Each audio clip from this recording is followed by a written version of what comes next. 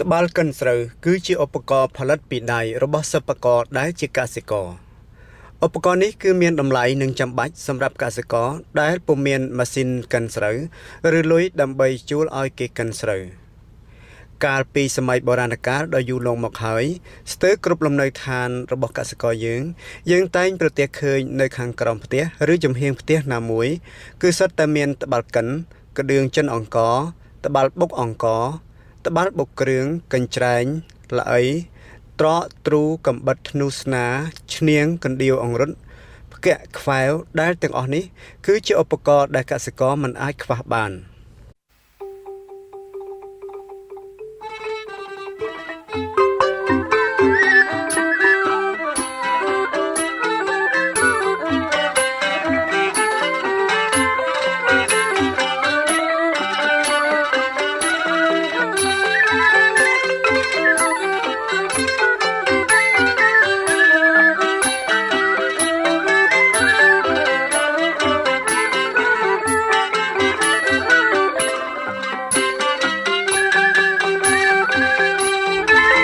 ចំណែកតបាល់កិនស្រូវវិញ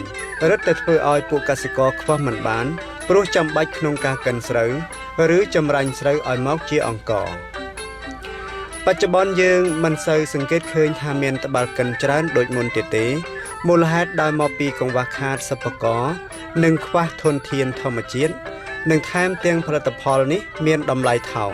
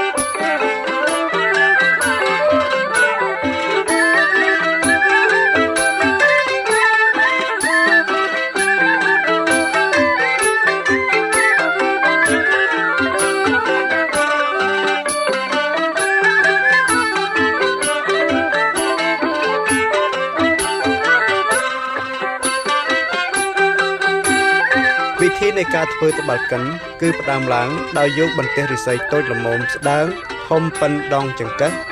មកក្រងជាបំពង់សៀឡាំងមានកម្ពស់ជាងកន្លះម៉ែត្របើគិតពីទួលខាងលើអង្កត់ផ្ចិតមានពី8ទៅ9សង់ទីម៉ែត្រផ្នែកមាត់ខាងលើរីកធំបន្តិចវិធីនេះសូមមើលសិប្បកររបស់យើងធ្វើដូចតទៅនេះនៅក្នុងពេលនេះលោកមេអាចជម្រាបខ្ញុំបានទេអំពីវិធីនៃការធ្វើហ្នឹងតើចាប់ផ្ដើមពីអ្វីខ្លះទៅមុននឹងឈានដល់ពេលដែលយើងបានសម្រេចជាត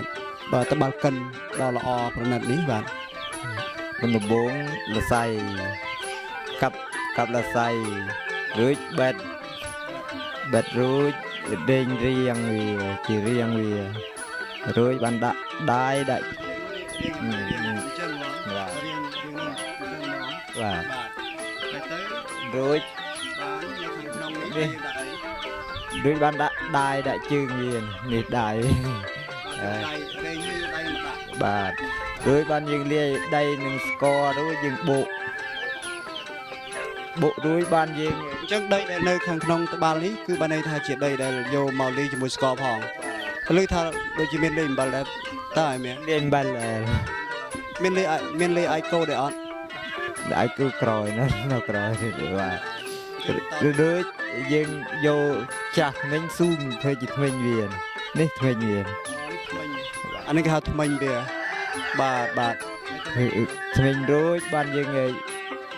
ដំវាឲ្យណែនដំចូលវាជាប់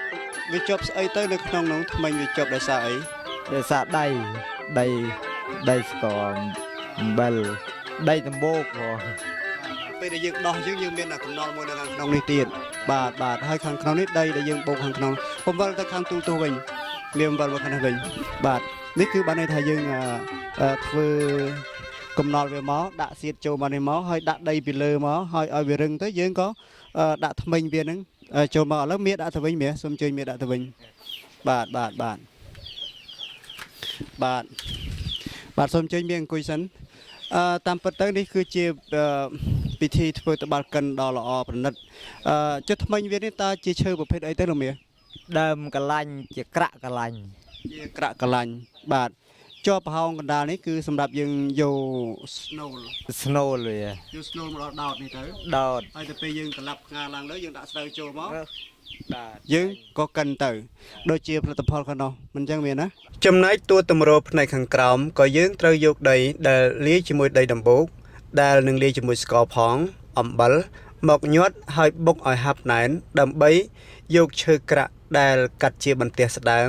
វាបញ្ចូលទៅក្នុងតួខាងលើនិងខាងក្រោមដែលវាមានមុខងារយ៉ាងសំខាន់នៅក្នុងការធ្វើឲ្យសម្បកគ្រាប់ស្រូវរបកចេញស្រូវដែលដាក់ចូលទៅក្នុងតួត្បាល់ខាងលើដែលសិប្បករចោះប្រហោងដីកណ្ដាលវាបាននាំស្រូវធ្លាក់ចូលទៅដល់ធ្មេញត្បាល់ហើយនៅពេលយើងទាញត្បាល់បង្វិលជារង្វង់ស្រូវនោះត្រូវបានទទួលនៅធ្មេញខាងលើនិងខាងក្រោមមកកកិតគ្នាហើយស្រូវនោះក៏ជៀសមិនផុតអំពីធ្មេញត្បាល់ដែលត្រូវកិនបន្ទាប់មកទាំងអង្ករនិងទាំងសម្បកស្រូវក៏ចេញមកប៉ុន្តែមិនសន្មត់ថាធ្មេញត្បាល់នេះធ្វើឲ្យបានជាអង្ករ 100% ទេកសិករដែលប្រើត្បាល់តែងអុំស្ទៃជាមួយនឹងចង្អេរឬក៏រែងនឹងកញ្ច្រែងដើម្បីសិតយកស្រូវដែលត្បាល់មិនទាន់បានកិនហើយយកទៅកិនម្ដងទៀតនេះជាវិធីដ៏ងាយស្រួលបំផុតសម្រាប់ការបញ្ចេញពលកម្មសាច់ដុំនិងភាពស្ពឹកស្រពន់និងការឈឺសន្លាក់ដៃជើងម្យ៉ាងវិញទៀតសូមលោកនាងស្ដាប់ប្រសាសន៍របស់អ្នកប្រើត្បាល់កិនហើយចំពោះបងអូនវិញតើហេតុអីបានជាបងអូននាំមីងមកទិញត្បាល់កិនរបៀបបុរាណយើងអញ្ចឹង បាទបងពុជខ្ញុំគិតថាយើងប្រើត្បាល់បុរាណហ្នឹងយើងធ្វើឲ្យយើងមានសុខភាពល្អពីព្រោះបើសិនជាយើងប្រើជាម៉ាស៊ីនដូចជាម៉ាស៊ីនគេទាន់សម័យដល់ពេលយើងដាក់គ្រាប់ស្រូវនេះទៅវារីតអស់ហាជាតិខាជាតិវីតាមីនដើម្បីបំពេញសុខភាពយើងបាទបងបាទហើយខ្ញុំចង់ផ្ដាំថាបើបងប្អូនសម្រាប់បងប្អូនកសិករយើងទូទាំងស្រុកភូមិដែលជាអ្នកកម្មកសិករទាំងអស់គ្នាហើយយើងចង់ឲ្យប្រើត្បាល់កិនបុរាណនេះឲ្យបានច្រើនដើម្បីជួយសុខភាពយើងផងពីព្រោះយើង